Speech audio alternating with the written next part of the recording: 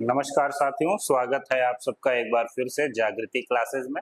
जैसा कि आप लोग जानते हैं, हम लोग चर्चा कर रहे थे किस पर गुप्त काल पर। तो गुप्त काल पर हम लोगों ने व्यापक चर्चा की है और गुप्त काल की राजनीति को हम लोगों ने लगभग लगभग कवर कर लिया। ठीक है, तो राजनीति पर हम लोगों ने पूरा पूरा बात कर लिया है। चंद्रगुप्त, मैंने श्रीगुप्त, घटोत्कच, चंद्रगुप्त प्रथम, समुद्रगुप्त, चंद्रगुप्त द्वितीय, कुमारगुप्त, उसके बाद स्कंदगुप्त, फिर कुमारगुप्त तृतीय, फिर नरसिंह बालादित्य, भानुगुप्त और अन्य प्रकार के जितने भी शासक रहे हैं सबकी चर्चा हम लोगों ने कर दी है। तो आज हम लोग चर्चा करेंगे गुप्त काल साम्राज्यिक रूपरेखा, मूलतः प्रशासन, अगर हो पाएगा तो हम लोग अर्थव्यवस्था पर भी चर्चा करेंगे। समाज पर आज चर्चा नहीं हो पाएगी क्योंकि 30 मिनट की क्लासेस होगी, तो इतनी चर्चा, अगर कॉन्सेप्ट भी बनता रहेगा तभी आपको समझ में आएगा। तो जैसे हमने राजनीति में बताया था आप लोगों को, राजनीति में क्या चर्चा की थी? राजनीति में आपसे चर्चा की थी कि यह पुनः एक अखिल भारतीय साम्राज्य बनकर उभरता है, गुप्त साम्राज्य। और राजनीतिक दखल की आप बात करेंगे तो ये मौर्य साम्राज्य के बराबर लगभग लगभग ये अखिल भारतीय साम्राज्य निर्मित हुआ था। ठीक है, जिसमें समुद्रगुप्त, चंद्रगुप्त द्वितीय और स्कंदगुप्त की प्रमुख प्रमुख भूमिका देखने को हमको मिलती है। तो आइए हम लोग चर्चा करते हैं प्रशासन पर। प्रशासन को हम लोग कैसे करेंगे? प्रशासन में केंद्रीय प्रशासन, जिसका सर्वोसर्वा कौन होता था? राजा या सम्राट, जिसको आप कह सकते हैं। फिर उसके बाद केंद्रीय शासन के बाद प्रांत प्रशासन, प्रांत को हम लोग भुक्ति कहते हैं यहाँ। फिर उसके बाद जिला प्रशासन, जिला को इसमें गुप्त काल में विषय कहा जाता था। फिर विषय के नीचे कई ग्रामों का समूह होता था जिसको वीथी कहते थे। और फिर ग्राम जो होता था, ग्राम का प्रमुख ग्रामिक होता था। तो भुक्ति का जो प्रमुख होता था प्रांतों का, उसको उपरिक कहा जाता था। आमतौर पर वो कुमार या कुमारा मात्र जिसको कहते हैं, राज परिवार के ही लोग हुआ करते थे। फिर जो विषय जिसका होता है जिला, उसका जो प्रमुख होता था उसको विषयपति कहा जाता था। वीथी का प्रमुख क्या था, ये जैसे उल्लेख साहित्य में हमको लोगों को पुस्तक में नहीं मिलता है। ग्राम का जो प्रमुख होता था ग्रामिक कहा जाता था। एक महत्तर नाम की और चीज थी उसमें, हम लोग आगे आइए देखते हैं उसको। ठीक है, तो केंद्रीय प्रशासन, इसमें ये दर्शाया गया है केंद्रीय प्रशासन शक्ति का जो शीर्ष था, सर्वे सर्वा था। जैसा कि हम लोग देखते हैं कि इसमें मौर्य साम्राज्य में सेम यहाँ राजा या सम्राट ही सर्वे सर्वा था। ठीक है, तो राजा या सम्राट, राजतंत्रात्मक शासन व्यवस्था थी, वंशानुगत शासन व्यवस्था था। मतलब राजा का पुत्र ही राजा बनेगा ऐसा माना जाता था। लेकिन इसमें ऐसा इसका अक्षरशः पालन हुआ हो ऐसा नहीं देखने को मिलता है। जैसा कि हमने आपको रामगुप्त और चंद्रगुप्त द्वितीय की बात पर आपको देखते हैं। रामगुप्त और चंद्रगुप्त द्वितीय की हमने कहानी चर्चा की थी, उसमें आप देखते होंगे कि चंद्रगुप्त द्वितीय ने रामगुप्त की हत्या करके अपना सिंहासन प्राप्त किया था। ठीक है, तो राजा प्रशासन का सर्वोच्च अधिकारी होता था। क्या था? गुप्त काल में अधिकारियों के पद वंशानुगत होने तथा एक ही व्यक्ति द्वारा अलग अलग पद धारण किए जाने के प्रमाण मिलते हैं। मतलब इसका क्या हुआ कि जैसे मैं हूँ, मान लीजिए मैं महाबलाधिकृत हूँ, मान लीजिए महाबलाधिकृत का मतलब मैं राजस्व का सबसे बड़ा अधिकारी हूँ, तो वो प्रशासन हमारा बेटा होगा तो वो भी वही हो जाएगा। और मैं केवल महाबलाधिकृत ही नहीं हूँगा, महासंघ विग्राहक भी हो सकता हूँ। मतलब मैं क्या कहते हैं, सेनापति भी हो सकता हूँ, राजस्व का हो सकता हूँ। एक ही व्यक्ति कई पद को धारण कर सकता है। इसके साम्राज्य का ये प्रमुख विशेषता भी थी, और प्रमुख विशेषता भी इसको आप कह सकते हैं। और दूसरी बात, यही पतन का कारण भी एक प्रमुख रहा है। पतन भी इससे अवश्यंभावी हुआ है। ठीक है, सर्वोच्च जो अधिकारी होते थे, जैसे वहां अमात्य और महामात्र कहा जाता था, कहाँ? मौर्य काल में। यहाँ उसको कुमारा मात्य कहा जाता है या अमात्य कहा जाता है। सेम सेम यहाँ अमात्य, मौर्य काल में अमात्य और महामात्र था, यहाँ कुमारा मात्य और अमात्य हो जाता है। तो मौर्यों की तुलना में गुप्त काल में अधिकारियों की संख्या थोड़ी सी कम प्रतीत होती है। जैसे कि हम लोग वहां तीर्थ देखते हैं, कई प्रकार के सर्वोच्च अधिकारियों को तीर्थ कहा जाता था, जिसमें हम लोगों ने सन्निधाता समाहर्ता का देखा। फिर अध्यक्षों की बात की गई थी, 18 अध्यक्षों का उल्लेख मिलता है। उसकी अपेक्षा यदि देखी जाए तो यहाँ पर जो संख्या होती है अधिकारियों की और विभागों की कम मिलती है। ठीक है, तो वहां पर अतिशय था, यहाँ पर उतना हमको देखने को नहीं मिलता है। समझ में आ रही है बात? बिल्कुल सिंपल सी बात है। मैंने बताया कि राजा केंद्र में प्रमुख होता था, जो शीर्ष अधिकारी थे उसको हम लोग क्या कहते थे, कुमारा मात्य अमात्य कहते थे। एक व्यक्ति कई पद धारण कर सकता है तथा उसका जो पद होता है वो वंशानुगत, वंशानुगत मतलब हेरिडिटी है। हमारा पिता जो रहा है तो हम भी वही होंगे, मेरा पुत्र भी होगा, इसी को वंशानुगत करते हैं। तो अब आइए कुछ प्रमुख प्रमुख हम लोग किसकी बात कर लेते हैं, अधिकारियों की बात कर लेते हैं, जो सैन्य अधिकारी, राजस्व अधिकारी या किसी भी प्रकार के अधिकारी रहे हैं।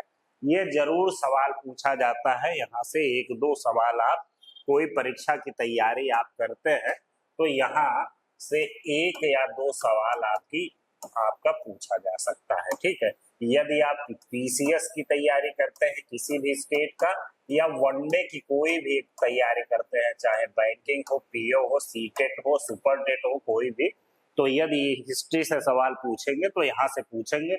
इसको आप लोग नोट करते जाइए, बहुत महत्वपूर्ण है, यहाँ से आपको लाभ जरूर होगा। राजमहल और कूटनी मतलब संधि विग्रहिक या संधि विग्राहिक कहते हैं, युद्ध एवं शांति से संबंधित मंत्री होता था। इंपॉर्टेंट है, इसको नोट कर लीजिए। प्रतिहार मतलब क्या होता था, अंतःपुर, अंतःपुर मतलब जो राजभवन में के अंदर के अधिकारी होते थे उसको अंतःपुर कहा जाता था।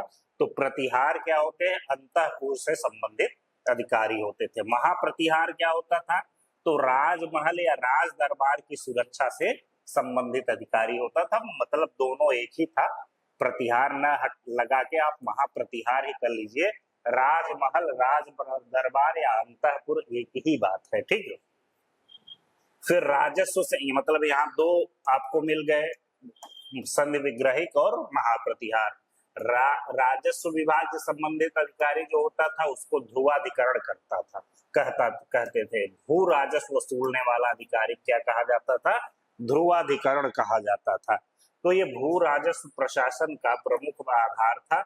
इसके लिए भाग या उद्रंग शब्द का प्रयोग मिलता है। भूभाग कर, ठीक है, भू भाग कर क्या था, उद्रंग या भाग। तो ये सवाल पूछा गया है कई बार, पीसीएस के एग्जाम में पूछा गया है। तो ये ध्रुवाधिकरण राजस्व संबंधित। अब एक सैन्य का जो मुख्य सेनापति होता था उसको महाबलाधिकृत कहते थे इस काल में। ठीक है, जो मुख्य सेनापति होता था उसको क्या कहते थे, महाबलाधिकृत। घुड़सवार सेना का अत्यधिक महत्व था। अधीनस्थ शासक भी सैन्य सहायता उपलब्ध कराते थे। तो सामंती व्यवस्था यहाँ से जोर पकड़ने लगती है। जब हम लोग अर्थव्यवस्था पढ़ाएंगे आपको तो आपको बताएंगे सामंती व्यवस्था क्या है। जैसे कि इन लोगों का जो वेतन होता था, आमतौर पर वो भूदान दिया जाता था, जमीन का दान दिया जाता था और बता दिया जाइए इसको आप यहाँ अन्न उपजाइए और अपना जो वेतन है वहीं से ग्रहण करिए। तो जब ये धीरे धीरे ये वेतन स्वरूप जमीन का अधिकतम हिस्सा, जमीन का अधिकतम हिस्सा इन अधिकारियों के पास या कर्मचारियों के पास आ जाता था, तो ये धीरे धीरे एक क्या कहते थे, स्वतंत्र शासक भी बनने लगे थे, स्वतंत्र शासन भी करने लगे थे। और होता क्या है, जब मजबूत शासक है, समुद्रगुप्त और चंद्रगुप्त द्वितीय जैसा शासक है, तब तो कुछ नहीं कर पाएंगे, लोग अधीनस्थ ही रहेंगे। लेकिन जैसे ही बाद में धीरे धीरे कमजोर शासक आते हैं तो ये लोग क्या करते हैं, अपने को स्वतंत्र घोषित कर लेते हैं। तो मोटा मोटा आपको समझ में आया, तीन चार चीजें हैं इसमें। चार अधिकारियों का नाम बताया मैंने। संधि विग्रहिक मतलब युद्ध एवं शांति संबंधित मंत्री, महाप्रतिहार मैंने आपको बताया, जो राज दरबार, राजमहल या अंतःपुर का व्यवस्था सही करने वाला अधिकारी होता था। फिर ध्रुवाधिकरण मैंने आपको बताया था कि राजस्व का प्रमुख अधिकारी होता था, राजस्व वसूलने वाला। फिर हमने महाबलाधिकृत बताया कि वो मुख्य सेनापति होता था, जिसमें घुड़सवार सेना का महत्व इसमें दिखाया गया। तो इन 4-5 अधिकारियों का नाम रखिए आप, आपको जरूर पूछा है। वहां तो कम से कम 25 से 30 अधिकारियों का नाम मिलता है। न्याय प्रशासन सेम यहाँ भी था, दीवानी और फौजदारी मामलों के बीच पर्याप्त विभाजन मौर्य काल में था, तो यहाँ भी हमको देखने को मिलता है। अब जो साम्राज्य था, वो जितने 4-5 अधिकारी दिखाए वो केंद्रीय प्रशासन के थे, मतलब वो किसको सहयोग कर रहे थे? सम्राट को, मतलब नरेश को, मतलब राजा को सहयोग कर रहे थे। फिर उसके बाद जो होता है, जो ये राष्ट्र है, मतलब भारतवर्ष है, और भारतवर्ष एक देश है, इसी में प्रांत कई है, तो यही प्रांत, ये मान पर 5 भागों में प्रांतों को बांटा गया था। ठीक है, केंद्र को 5 भागों में बांटा गया था, उसकी चर्चा हम लोग आगे करेंगे। तो प्रांत को भुक्ति कहा जाता था, और इसका जो प्रमुख होता था उपरिक होता था। मैंने आपको बताया है कि यहाँ जो सदस्य होते थे वो राज परिवार से ही संबंधित थे। जैसे कुमारगुप्त के बारे में पता चलता है कि वो दक्षिणापथ का उपरिक था। ठीक है, दक्षिणापथ का राजधानी जो थी वो सुवर्णगिरी थी। ठीक, फिर जिला, जो प्रांत था, कई जिलों में विभाजन था, उसका जो नाम था विषय था, और इसका जो प्रमुख होता था वो विषयपति था। उपजिला मतलब कई ग्रामों का समूह जो होता था, उसको वीथी कहा जाता था। वीथी ऐसे लिखा जाएगा, ठीक है, इसमें गलत लिखा है वीथी। फिर ये इनका विभाजन ग्राम में किया जाता था। ये साम्राज्य की सबसे छोटी इकाई थी, इसका जो प्रमुख होता था वो ग्रामिक कहलाता था। ठीक है, ये सीक्वेंस आप याद रखिएगा, आपको मिलेगा। मतलब उपरिक किसका प्रमुख होता था? भुक्ति का। फिर विषय या विषयपति किसका प्रमुख होता था? विषय का। फिर वीथी होता ही था। उपजिला जिसको कहते थे ग्राम, ग्रामिक होता था। ठीक है, 4 प्रकार के विभाजन आपको देखने पड़े हैं। तो फैक्ट कितने आपके हो गए? 5 उधर हो गए, 4 इधर, 9 फैक्ट आपके हो गए। और कॉन्सेप्ट बना हुआ है, आप इसको लिख भी सकते हैं। ठीक है, फिर स्थानीय प्रशासन को हम लोग देखते हैं थोड़ा सा। स्थानीय प्रशासन कई समितियां थी और कई समूह थे।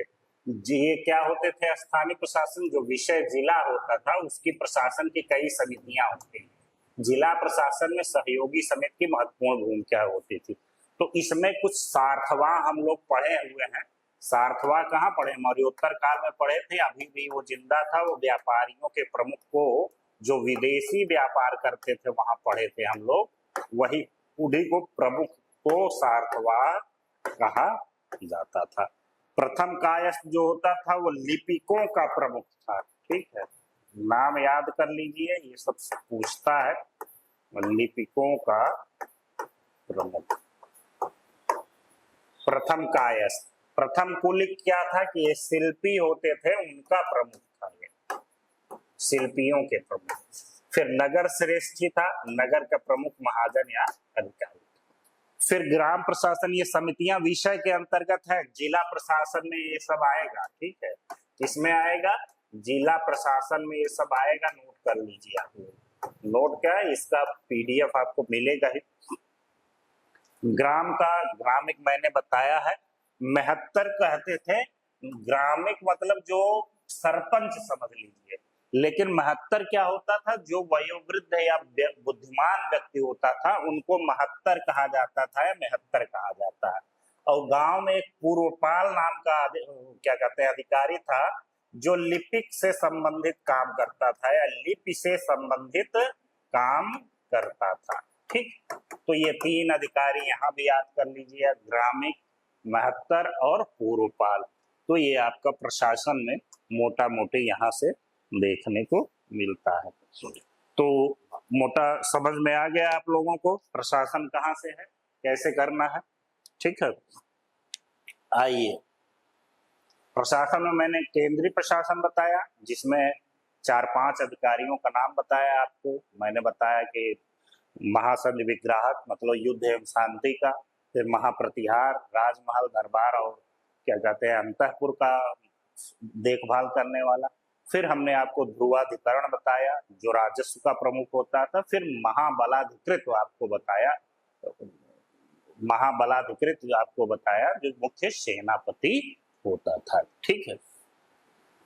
अब अर्थव्यवस्था, तो अर्थव्यवस्था पढ़ने के लिए वही मापदंड क्या होगा कि कृषि, पशुपालन, शिल्प, उद्योग, व्यापार, नगरीकरण, सिक्कों का प्रयोग, राष्ट्रीय अंतरराष्ट्रीय व्यापार, जो भी आंतरिक या बाह्य समझ सकते हैं उसी प्रकार। तो हम लोग परखते हैं। तो कृषि एवं ज्ञान का प्रसार क्या है, भूमिदान मैंने आपको बताया यहाँ शुरू हो गया था किसमें, इसके लिए वेतन के स्वरूप, ठीक है, वेतन के बदले भूमिदान यहाँ शुरू हो जाता है। और कृषि संबंधी ज्ञान, कृषि गतिविधियों को जब मान लीजिए जहां कृषि नहीं होती थी वहां भी भूमि दे दिया गया, अनुदानित कर दिया गया कि वो लैंड आप यूज करिए, तो लोग वेतन में केवल भूमि लेके खुश थोड़ी होंगे, उसका उपयोग महत्वपूर्ण होता है। तो वहां कृषि करने लगे तो कृषि की उपयोगिता बढ़ने लगी, ठीक है, कृषि बढ़ा। लेकिन अभी यहाँ पर जो कृषि के बदले चीजें होती हैं वो आगे हम लोग देखते हैं। फिर राज्य द्वारा सिंचाई व्यवस्था में निवेश का जो स्पष्ट साक्ष्य मिलता है, तो रुद्रदामन का जूनागढ़ अभिलेख है, हमने आपको बताया ही, कम से कम 10 बार तो बता चुके हैं इसको, रुद्रदामन का जूनागढ़ अभिलेख। तो जूनागढ़ अभिलेख जो है रुद्रदामन का, उससे नहर मतलब सुदर्शन झील की मरम्मत, सिंचाई की व्यवस्था की जाती थी, ठीक है। एक टर्म प्रचलित है इसमें विष्टि, विष्टि का मतलब होता है बेगार श्रम। बेगार श्रम का आशय ये है कि आपको श्रम करवा लेते हैं हम, लेकिन आपको उसका पारिश्रमिक नहीं देते, मतलब कोई मूल्य नहीं देते हैं। तो किसानों एवं शिल्पियों से विष्टि या बेगार किए जाने का प्रमाण हमको यहाँ मिलता है, जो कि एक नकारात्मक पहलू देखने को मिलता है, ठीक है, विष्टि का प्रमाण यहाँ पर मिलता है। समझ में आ गया। कृषि से संबंधित क्या हुआ, कृषि और शिल्प।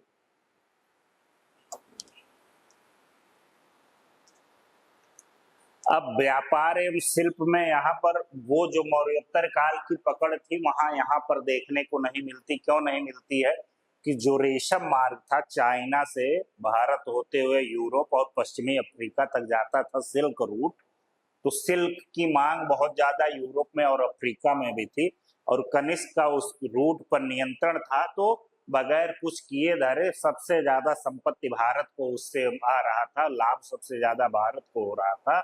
तो हुआ क्या कि उस समय आते आते यूरोप ने रेशम बनाने की जो कला थी जब सीख लिया, तो भारत का दांव उल्टा पड़ गया। मतलब ये हुआ कि रोमनों द्वारा रेशम बनाने की जो कला थी वो सीख ली गई, तो व्यापार ही खत्म हो गया, और जो नियंत्रण था बगैर किसी लाग लपेट के जो चीजें होती थी उस पर भारत को नुकसान हुआ इससे, ठीक है। और जो अत्यधिक सोना चांदी मिलता था वो नहीं मिलता है, तो रोमनों द्वारा रेशम की कला सीख गई। इसी समय हूणों का आक्रमण होता है, तो हूणों के आक्रमण से व्यापार का पतन होता है। कैसे व्यापार का पतन होगा भाई, जब आक्रमण लगातार अहिंसा और हिंसा और अशांति चारों तरफ व्याप्त हो और हूण लगातार आक्रमण कर रहे हैं, तो व्यापारियों को छोड़ेंगे क्या वो, तो डर के मारे आदमी व्यापार नहीं करेगा, तो व्यापार क्या होगा, उससे हतोत्साहित होगा। तो ये दो मेन फैक्टर मिले आपको कि व्यापार जो नियंत्रण था सिल्क रूट पे उसका महत्व कम हो गया क्योंकि अब व्यापार बंद ही हो गया। दूसरा जो आंतरिक भारत जारत जो पैदा किया जा रहा था उससे हूणों के आक्रमण से भी वो हतोत्साहित हुआ, तो इससे क्या हुआ, व्यापार में गिरावट हुई। जब इससे व्यापार में गिरावट होगी तो शिल्प बढ़ेगा कि घटेगा, ये बताइए। तो जाहिर सी बात है शिल्प में भी गिरावट हो गई। मतलब गुप्त काल के शुरू में नहीं, अगर आप देखें तो स्कंद गुप्त तक तो यहाँ नहीं देखने को मिलता है, लेकिन स्कंद गुप्त के बाद हमको व्यापार में तेजी से गिरावट देखने को मिलती है। ठीक है, तो आर्थिक रूप से जो काल मौर्योत्तर काल रहा है और जो लाभ मौर्योत्तर युग को रहा है, यहाँ देखने को नहीं मिला। अब जब शिल्प में गिरावट हुआ, व्यापार में गिरावट होगा, तो नगरीकरण ऊपर जाएगा कि नीचे आएगा? नगरीकरण उन्नत होगा तो नगरीकरण में भी प्रभाव पड़ेगा।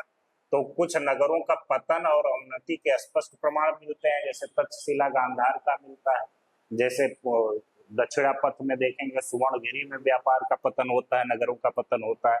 तो कॉन्सेप्ट आप लोग समझ गए क्या है, कि यहाँ पर व्यापार का पतन होता है। उसके जो दो मेजर फैक्टर थे, उसका पहला यह था कि रोमनों ने रेशम बनाने की कला सीख ली और हूणों ने पूरे उत्तर भारत को या पूरे गुप्त साम्राज्य को भयाक्रांत करके रखा हुआ था स्कंद गुप्त के समय।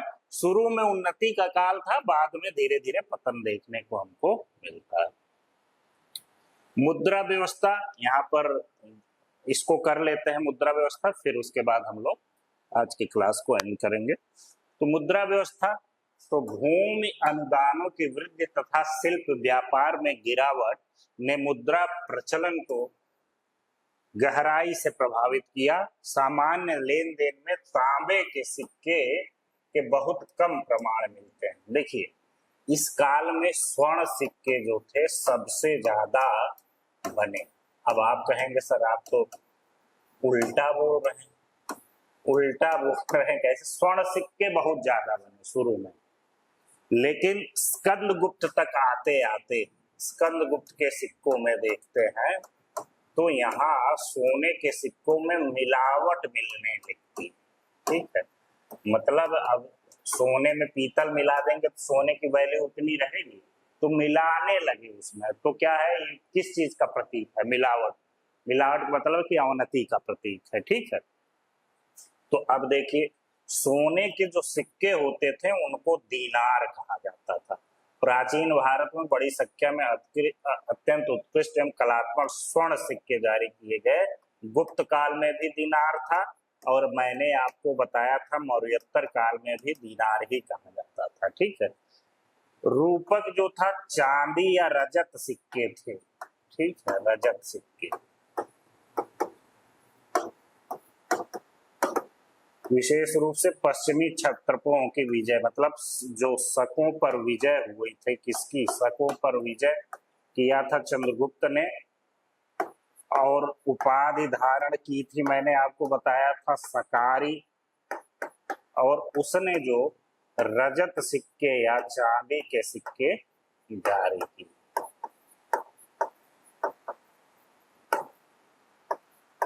ठीक है,